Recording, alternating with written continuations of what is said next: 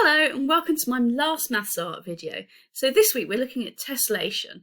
Now tessellation is where shapes fit together exactly and don't leave any spaces in between. So if you think about a brick wall and how the bricks all go next to each other, those rectangular shapes, there's no spaces, so those bricks tessellate. Squares tessellate as well, as do some triangles, but today we're going to look at some slightly more complicated shapes. So here are some examples. There's some hexagons down at the bottom, as well as some other shapes. Here are a few that I did before. And as you can see, this one down the bottom is a bird shape, but all the bird shapes fit together exactly, leaving no gaps.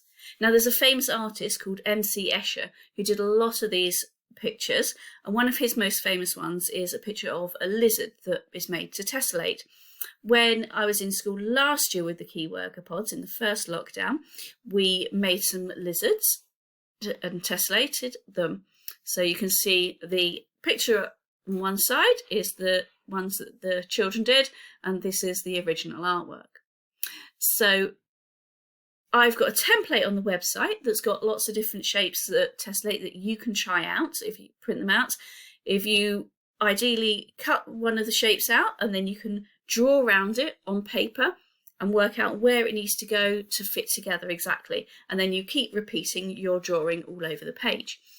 If you want to have a go at making your own shape to tessellate, that's quite easy as well. So I'm going to tell you now how to do that.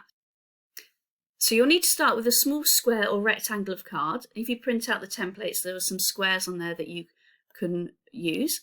First thing you need to do is draw a line down the middle of it. Now it can be zigzagged, curved, however you like.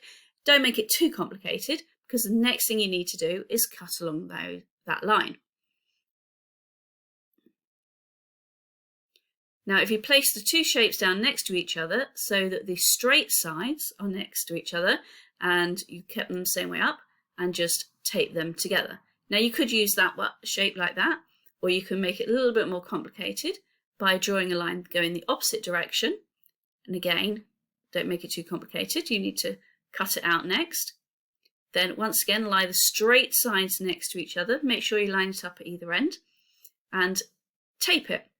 And there you have a shape that will tessellate. So if you draw around it, then you can work out how to fit it next to each other and not leave any gaps. And you can repeat the pattern all across your piece of paper.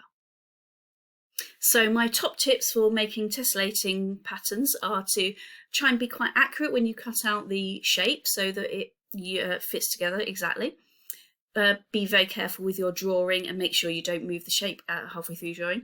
But if you do find you've got little gaps, don't worry about it too much. It will be fine if you just carry on. So here are some that the bubble did in school today for you to have a look at too. Why don't you have a go? The template's on the website, and show me, don't forget to email me your pictures when you're done. Bye!